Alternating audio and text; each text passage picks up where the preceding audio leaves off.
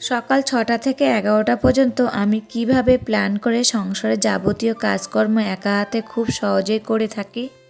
হরে কৃষ্ণ বন্ধুরা, শুভ সকাল। আমি নদিয়া জেলার পাপিয়া। আমার এই ব্লগ চ্যানেলে সকল বন্ধুদের জানাই অনেক অনেক স্বাগত, অনেক অনেক ভালোবাসা। তোমরা সবাই কেমন আছো? আশা করছি তোমরা যে যেখানে আছো সবাই খুব ভালো আছো আর সুস্থ আছো। আজকে হচ্ছে বৃহস্পতিবার, এখন ঘড়িতে বাজে সকাল ৬টা। এখন থেকে তোমাদেরকে সাথে নিয়ে ব্লগটা শুরু করছি। আশা করছি ব্লগটা ভালো লাগবে। আজকের ভিডিওটা ঠাকুরঘর থেকেই শুরু করছি, তবে যাই হোক বন্ধুরা, ভিডিওটা স্কিপ না করে সম্পূর্ণ ভিডিওটা দেখার অনুরোধ থাকলো। ঘুম থেকে উঠে আগে ঠাকুর প্রণামটা করে নিলাম, আর ঠাকুর প্রণামটা করে দিনটা শুরু করলে না দিনটা বেশ ভালোই যায়। আর দেখবে তোমরা সবাই যদি ঠাকুর প্রণাম করে সকালবেলায় দিনটা শুরু করো না, সারাটা দিন কিন্তু খুব ভালোই কাটবে। তবে যাই হোক, ঠাকুর প্রণাম তো করা হয়ে গেল, আর ঠাকুর ঘরে বাসনগুলো ছিল সেগুলো নিয়ে এসে একেবারে মেজে ধুয়ে নিলাম। আগের দিন দুষ্ট সন্ধ্যা দেখিয়েছিল, তা ঠাকুরের বাসনগুলো আর বার করেছিল না, তা আমি সকালবেলায় একেবারে বার করে নিয়ে মেজে ধুয়ে নিলাম। তা দেখলে তো মাজা ধোয়া তো হয়ে গেছে ঠাকুরের বাসনগুলো। তারপরে কিন্তু এই যে ঘরে চলে এসেছি, এসে বাসি বিছানাটা এখন গুছিয়ে নিচ্ছি।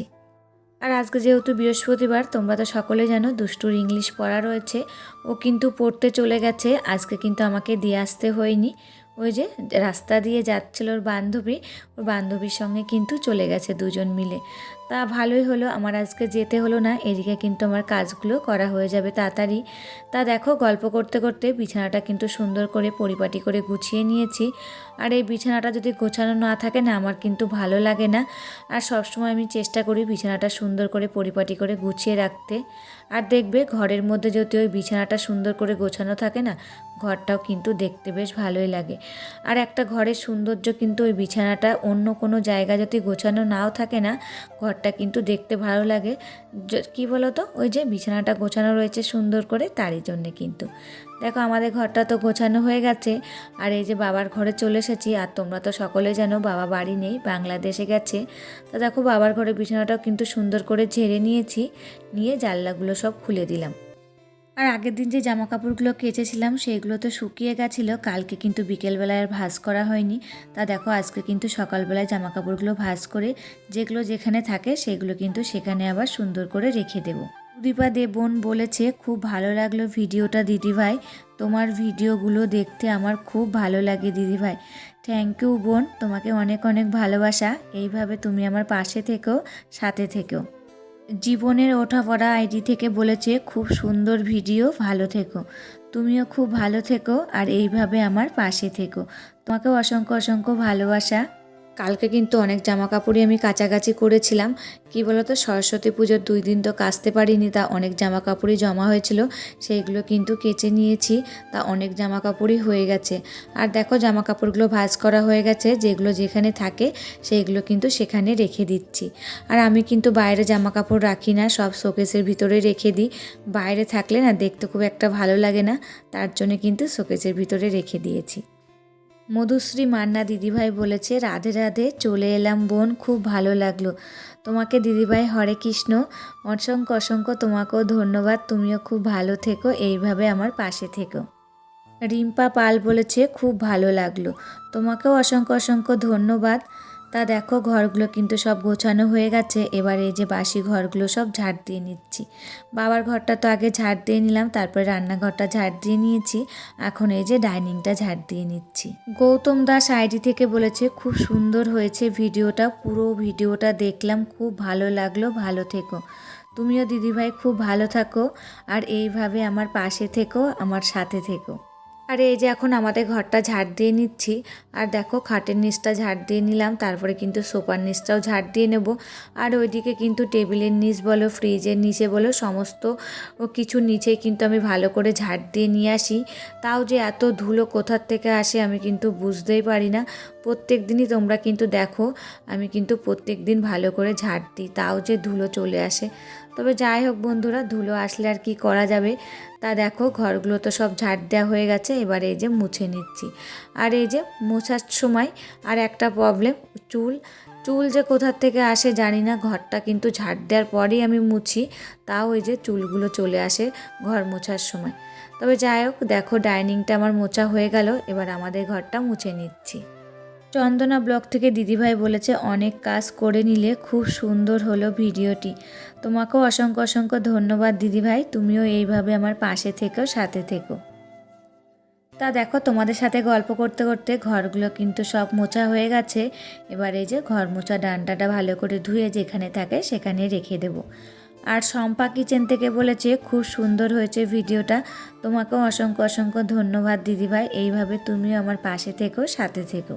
আর তোমাদেরকে তো বলি আমার ফাঁকা বাড়ি থাকলে কাজ করতে সুবিধা হয়, কেন জানি না, ফাঁকা বাড়ি থাকলে কাজগুলো কিন্তু খুব তাড়াতাড়ি করে ফেলতে পারি। আর বাড়িতে কেউ থাকলে সেদিন কিন্তু কাজগুলো খুব তাড়াতাড়ি আমি করতে পারি না।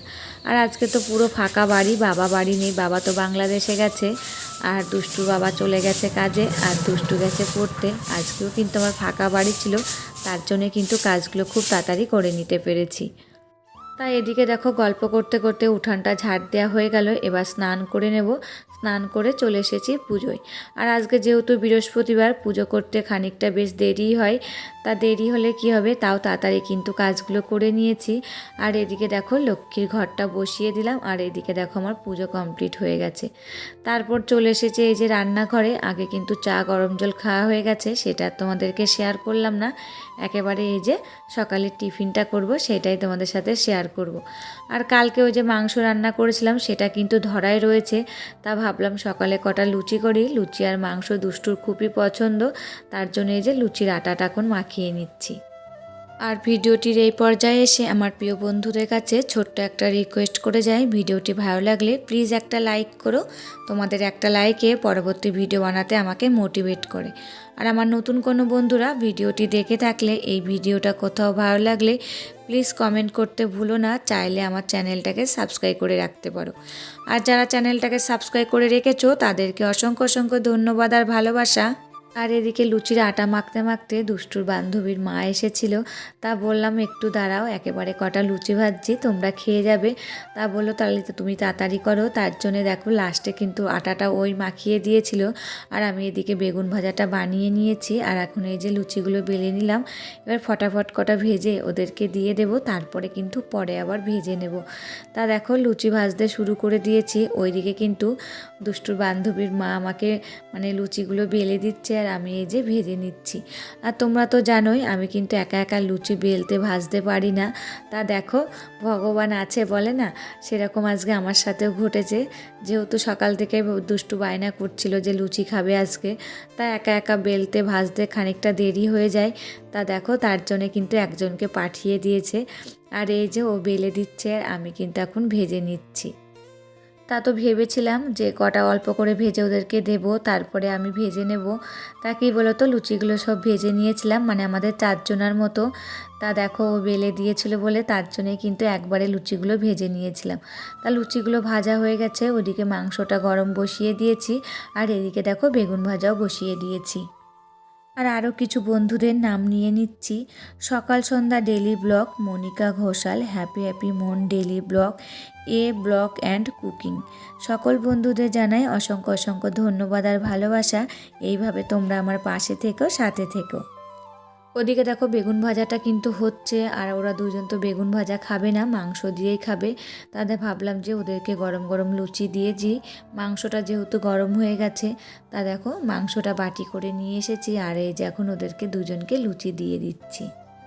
আর এরই মধ্যে দুষ্টুর বাবা ফোন করেছে, যে মানে কাজে গেলে একবার করে ফোন করে কি করছি, যখন বললাম যে লুচি ভাজছি, ও বলল তাহলে আমার জন্য কটা লুচি ভেজে রেখো, আমি তাড়াতাড়ি বাড়ি চলে যাব। আমি এবার তখন বললাম তুমি বাড়ি আসো তারপরেই ভেজে দেব, ঠান্ডা হয়ে গেলে কিন্তু লুচি ভালো লাগবে না খেতে।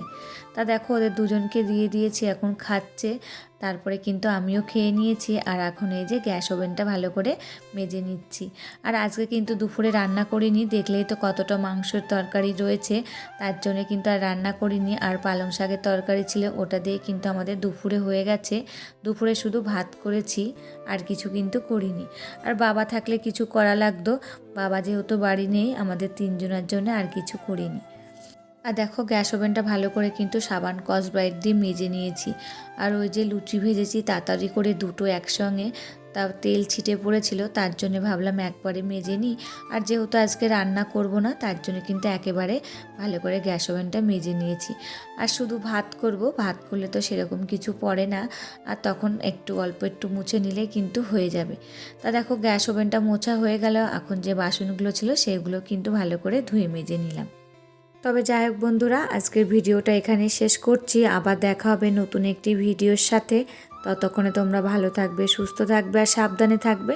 পরিবারের সকলকে ভালো রাখবে।